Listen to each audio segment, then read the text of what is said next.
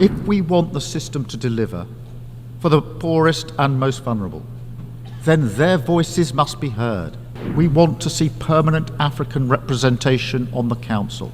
Brazil, India, Japan and Germany as permanent members. Mr. President, Your Excellencies, ladies and gentlemen, I address the General Assembly today as someone with a deep belief in the principles of this body and the value of international cooperation. I remember reading the Universal Declaration of Human Rights as a student. It had a profound impact on me. I spent my career as a lawyer working to protect those rights. And the Declaration still inspires me now as Prime Minister because it speaks about our inherent dignity, the very essence of what it is to be human, of equal and inalienable rights, based on a foundation of freedom, justice, and peace in the world. Yet as we meet here today, that can feel like a distant hope. Conflict touches more countries now than at any time in the history of this Assembly. Around the world, more fires are breaking out and burning with ever greater intensity, exacting a terrible toll in Gaza, Lebanon, Ukraine, Sudan, Myanmar, Yemen, and beyond. The vast majority of humanitarian need in the world today is driven by conflict. After 20 years of gains in tackling poverty, disease, and in health, war is one of the main regions that progress has stalled. That is a catastrophe made by human hands. It has weakened the cause of cooperation, sowed political division between North and South, and turned the geopolitical dial away from the rule of law towards brute force and aggression. And this matters to us all. It matters to the British people. My government was elected to change Britain, to deliver national missions on higher growth, safer streets, cleaner energy, more opportunity, and a healthier society. But behind every one of these missions sits another insight, something that used to be unspoken, but now needs to be said, that we recognize that our success in Britain can never be separated from events beyond our shores. Global challenges rebound on us at home, and to grapple only with the effects of war, poverty, climate change, pandemics, or irregular migration when they arrive on our doorstep is to set ourselves up to fail. We must work with others to solve these problems at root, to tackle the causes. Britain is stronger when we do so. So we are changing our approach on the global stage too. My message today is this: we are returning the UK to responsible global leadership, because I think the international system can be better. We need it to be better. People talk about an age of polarization, impunity, instability, an unraveling of the UN Charter. And I fear that a sense of fatalism has taken hold. Well, our task is to say, no, we won't accept this slide into greater and greater conflict, instability, and injustice. Instead, we will do all we can to change it. This is the moment to reassert fundamental principles and our willingness to defend them, to recommit to the UN, to internationalism, to the rule of law, to work together for peace, progress, and equality. Because it is right, yes, absolutely, but also because it is plainly in our self-interest. So we are ready to step up in a spirit of respect and equal partnership. I don't claim that solving these problems is easy, but there are positive, practical things that we can do together. This starts with addressing the rising tide of conflict and preventing a regional war in the Middle East. I call on Israel and Hezbollah, stop the violence, step back from the brink. We need to see an immediate ceasefire to provide space for a diplomatic settlement. And we are working with all partners to that end, because further escalation serves no one. It offers nothing but more suffering for innocent people on all sides, and the prospect of a wider war that no one can control, and with consequences that none of us can foresee. This is intimately linked with the situation in Gaza, where again we need to see an immediate ceasefire. It shames us all that the suffering in Gaza continues to grow. The answer is diplomacy, the release of all the hostages and the unfettered flow of aid to those in need. That is the only way to break this devastating cycle of violence and begin the journey towards a political solution for the long term, which delivers the long-promised Palestinian state alongside a safe and secure Israel. We must also work together for peace in Sudan and a proper response to the worst humanitarian crisis in the world today. We need to see greater action to deliver aid and to deliver peace. The world cannot look away, and we must stand up for international law. And that's why we are so resolute in our support for Ukraine.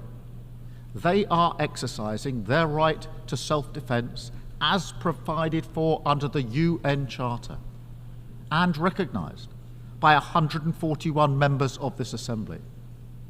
We will stand with Ukraine for as long as it takes, because the alternative would be to confirm the worst claims about this place, that international law is merely a paper tiger and that aggressors can do what they will.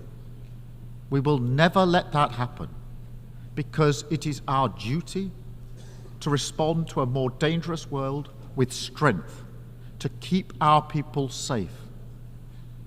But alone, that's not enough. That's not the limit of our responsibility. We must also work together to make the world less dangerous. And so we have to face some hard truths. The institutions of peace are struggling, underfunded, under pressure, and over-politicized. The entire framework of arms control and counter-proliferation, painstakingly constructed after decades, has begun to fall away. Iran continues to expand its nuclear activity in violation of its international commitments. Incredible new technologies like AI are being deployed for military use without agreed rules. These are difficult challenges to grip and too urgent to ignore. That's why the new Pact for the Future is so important.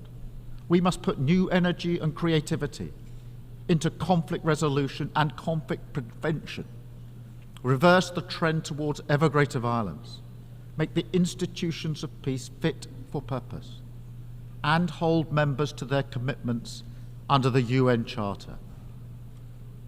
But again, reducing conflict is not the limit of our responsibility. Other global challenges impact us too.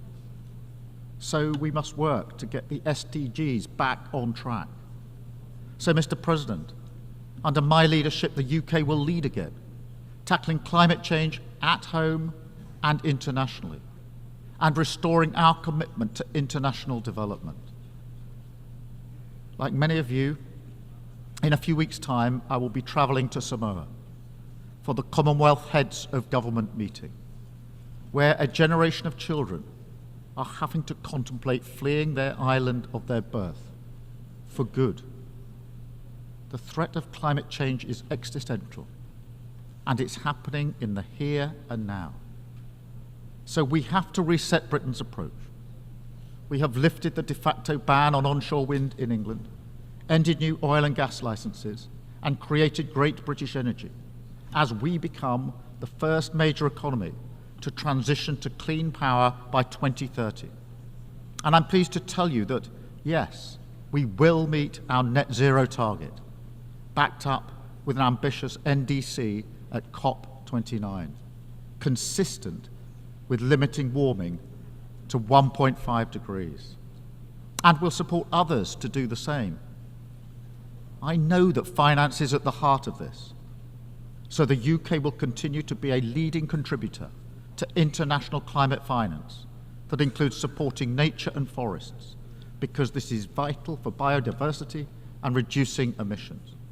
And it includes funding for climate adaptation, because those who did not cause this crisis should not be left to cope with the consequences. And the UK will also continue to be a leading contributor to development, committed to returning to 0.7% when fiscal circumstances allow. But let's be frank, public finance will never fully meet the needs, so we must use it as a multiplier to unlock much greater levels of private investment, and we have already started this work. I can announce today that we're creating a new facility, the British International Investment, which will work with the City of London to mobilise billions in pension and insurance funds to invest in boosting development and fighting climate change. This is a great British innovation, and if we're going to deliver in each of the areas I've talked about today, with all the benefits that we'll bring, then this is the kind of approach that we need to take, innovating, thinking differently, moving faster, and being ready to change how we do things in three key areas. First, we must change the international financial system to deliver a fairer deal for developing countries. We will use our seat on the boards of the IMF and the World Bank to argue for a bolder approach to tackle unsustainable debt, which is compounding poverty and inequality, depriving the sick of healthcare and children of education. We must tackle the barriers to investment, which choke off the flow of private finance, and we must put a price on the true cost of emissions through a new levy on global shipping, with the proceeds going to tackle climate change and cut emissions even further. Crucially, we need to accelerate reform of the multilateral development banks so that they shoulder more risk, unlocking hundreds of billions more to help the poorest and build a low-carbon global economy. A critical milestone in the fight against poverty is approaching, with the replenishment of the International Development Association. This is the chance for everyone to show greater ambition, so the IDA can be a bigger and better, helping more people, especially those in fragile states and conflict zones. On that basis, we will be ambitious too. We will increase our pledge and play our part in seizing the potential of this moment. Second, if we want the system to deliver for the poorest and most vulnerable, then their voices must be heard. We need to make the system more representative and more responsive to those who need it most. So we will make the case, not just for fairer outcomes, but fairer representation in how we reach them. And this also applies to the Security Council. It has to change to become a more representative body, willing to act, not paralysed by politics. We want to see permanent African representation on the Council. Brazil, India, Japan and Germany as permanent members, and more seats for elected members as well. Finally, to support this, we will also change how the UK does things, moving from the paternalism of the past towards partnership for the future. Listening a lot more, speaking a bit less, offering game-changing British expertise, and working together in the spirit of equal respect. Joining the Paris Pact for People and Planet, pursuing a new global clean power allowance, standing for the new term on the Human Rights Council, and joining forces to tackle the toughest challenges, like antimicrobial resistance, preparedness for the next pandemic, and outbreaks of deadly diseases like Mpox. We are ready to work with all UN members because the scale of the challenges we face demands it, and our prosperity and security depends on it. I say it again, all this matters to Britain. Mr. President, by tackling conflict, making progress in the fight against climate change and poverty, and reforming the international system so that it's fit for the 21st century, we can realise the hope and the promise that shine through the founding documents of this organisation.